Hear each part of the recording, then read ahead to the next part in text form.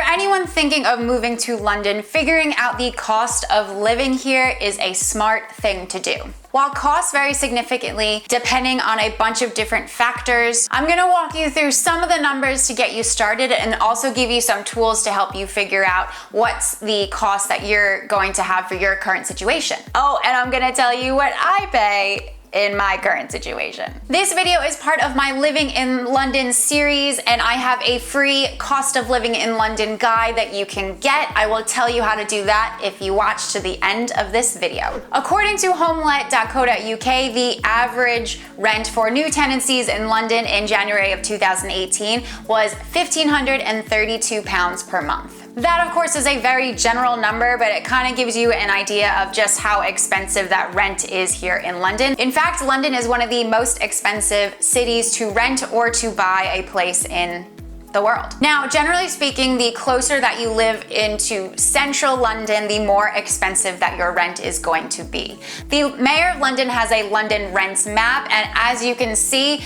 the center of London, where you can see the red, that is where the most expensive rent is, and then as you get further outside of the center is when the lighter colors come in because the rent is lower. This is a good tool to use to get an idea of what the median rent price is for the type of apartment that you're looking for, and also the areas that you're thinking of renting in. Another good way to get a sense of rental prices in any specific area that you're looking in is to go on rental listing sites like Rightmove or Zoopla and having a look and seeing what is the quality of the places that you could realistically afford depending on your budget. If you're looking to rent just a room and you're gonna need some roommates, then use the website called Spare Room. That's where you can do your searching and it will do the same thing. I've put all the links to all of the things that I'm mentioning in this video in that cost of living in London guide, just so you know. Essentially, if you're on a strict budget, then you're not going to be able to live in more central London, and you'll want to start looking on the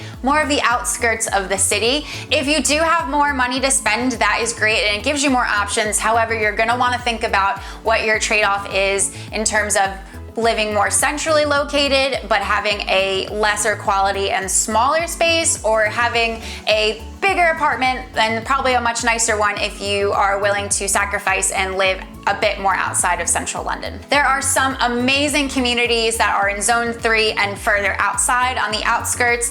Definitely don't discount them. They have a really nice balance of city life and suburb life, and they're also especially good for families. The apartment I live in right now, I pay $17.50 a month, and I live on the outer edge of Zone 2. I live in a modern new build building that has a lot of amenities. Before this apartment, I lived on the outer outskirts of Zone 3, almost Zone 4, and I paid £1,500 a month for a 2-bedroom that was a ground floor flat and it didn't really have any amenities to it. Flat expenses and council tax. Now, when you rent a place in London, for the most part, you're always going to have to pay on top of that rental fee the bills to cover the electricity, water, and the gas. It's hard to give you a number of how much that's going to cost because it obviously depends on how big the flat is that you're renting, how many people live in it, how energy efficient it is. It's just hard to say. I'd say if you're looking at pretty small places, then maybe budget in around £60 a month at least,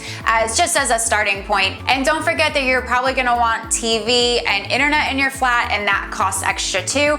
Costs for that start around maybe £29 a month, depending on what package you get, which provider you end up going with, if you even choose to have cable, and also if you're really good at negotiating with them on the phone to get a lower price. You can use websites like Money Supermarket to compare packages and prices for a flat that you're going to be living in. Personally, I pay £29 a month, and that's just for internet. We don't actually have cable. Finally, you'll need to account for council tax, which is paid by the renters, not the landlord. Again, this varies significantly depending on how many bedrooms there are in your flat, which council/borough that you're in, because the rates will vary depending on where you are, and a few other factors. You can do some research ahead of time to see what the council tax rates are in the area that you're looking in. And if there's a specific flat that you want to look at, you can ask the renting agent or the landlord how much that the council tax will be per month. And you only pay 10 months out of the year, 2 months are free. I pay about £90 a month in council tax. My electricity and water bill is about £40 a month, but that's pretty low because we have a very energy efficient flat. Plus we just have a very very small flat, so there's not much to heat, and we also don't have any gas. Cell phone. If you already have a cell phone that you can switch the SIM cards out of, then you're kind of set. You can get pretty affordable cell phone plans here if you want to lock yourself into a contract, or you can just get pay as you go, and it's pretty affordable. If you want a cheap option and you want the SIM card to be able to get sent to you before you actually arrive to London, then I'd usually recommend checking out giffgaff. You can get a free SIM card sent to, I think, almost anywhere in the world, and I have a link to the page that helps you do that in the cost of living in London guide. I currently pay £20 a month for my cell phone service, and that includes 3G of data per month and a stupid amount of texts and minutes that I never end up using. Public transportation. Unless you're majorly loaded, you are probably going to be using public transportation a lot when you're in London,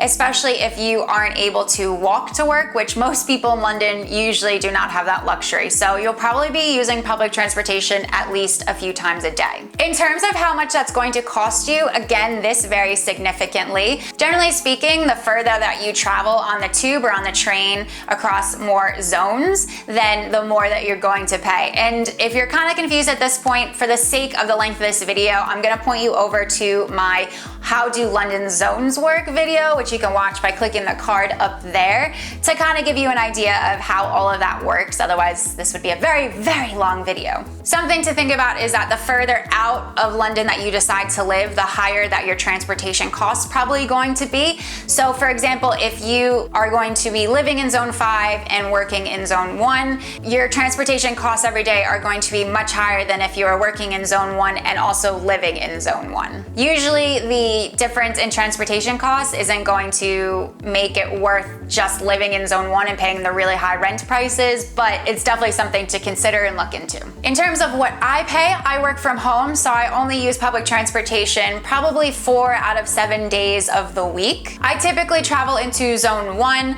and I live in Zone 2, which means that the most I will pay in a day because of the daily caps for the zones is £6.80. So on average, I spend about £27.20 per week on public transportation. However, that does vary. I also sometimes take Ubers on the weekends, and the cost of those also vary, but on average, they're about £15 that I split between me and my husband. Groceries. In my opinion, you can get fairly affordable groceries here.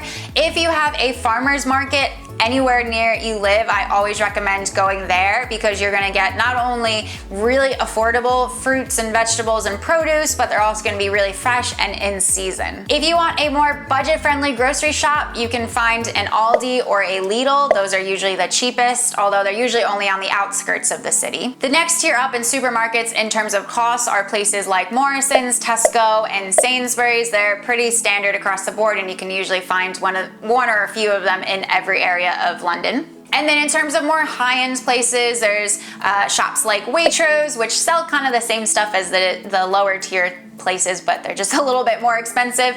And then we do have a couple of Whole Foods here. If you want some average numbers on groceries, then the data that's submitted to Expatistan, I don't know if I'm saying that right, Expatistan is, for 500 grams of chicken breast, that costs £4.10. 1 liter of whole fat milk costs 96p. 12 large eggs cost £3.12. 1 kilo of tomatoes is £2.57. And most importantly, 1 bottle of decent red wine costs £10.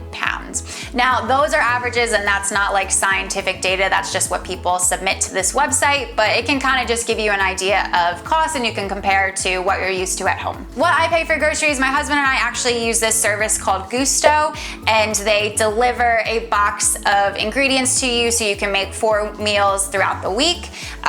It's very similar to Blue Apron or HelloFresh if you've ever heard of those. It's pretty cost efficient, and we also waste a lot less food, which is very important to me. We've been using Gusto for about 3 years, so when you move here, if you want to give it a try yourself, I do have a promo code. I will put that in the cost of living in London free guide, so you can try that you get 50% off the first 2 boxes, I believe it is. Outside of those 4 meals a week that we make via Gusto, I also pop down to the farmer's market on the weekends and pick up some produce and stuff like that. Now you can usually fill a pretty good bag for about £7. And then during the week, as I need things like stuff for breakfast, I just pop into one of the grocery stores in town, and that cost kind of just varies depending on what I'm getting. As I mentioned in the video about 10 things you don't expect when you're moving to London, which you can watch by clicking the card up here or the link down in the description box. As a New Yorker who's used to eating out for like every single meal, London is great because people actually are much better about making food and eating it at home,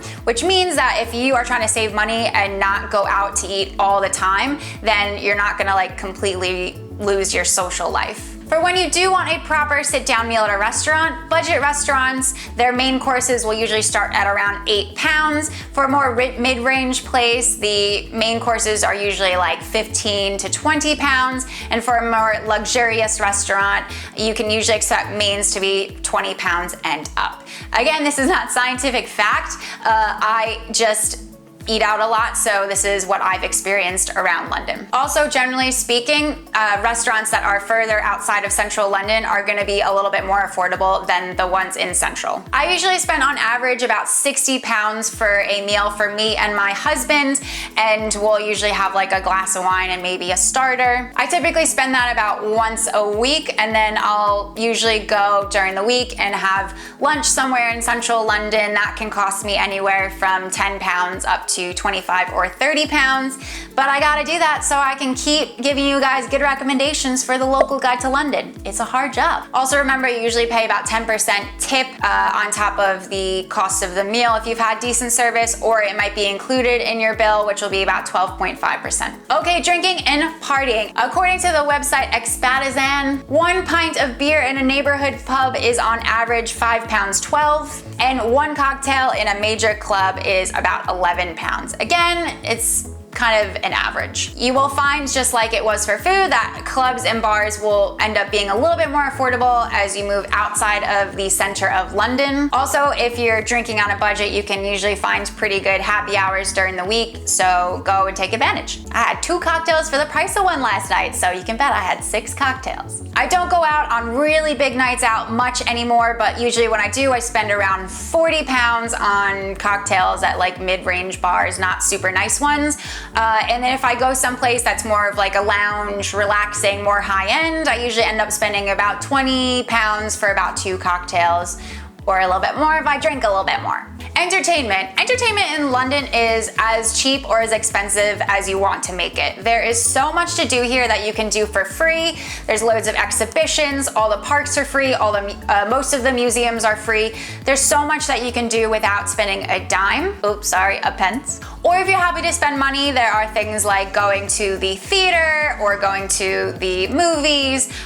Pretty much anything that you might want to do that you're willing to spend money on, you can probably find somebody that's willing to take your money for it. In terms of what I spend for this category, it's not really that much because I spend most of my entertainment money on food and drink. And I also love checking out free things to do here. I love to go and explore the free museums. I like to check out new parks. Sometimes I'll just walk around a new area and take photos and see what's going on. So I don't spend very much. Okay, if you want my free cost of living in London guide, it has a little bit more detail than that's in this video, plus lots of links and resources to help you figure out how much it's gonna cost to live here. Then you can click on the card that's popping up in the corner here, or the link in the description box to get that absolutely for free. And again, this is part of my Living in London video series. I'll have a couple of videos coming out every month, so click up here to watch a video about things that you don't expect when you first move to London, and down here to check out the other videos that are available in this series.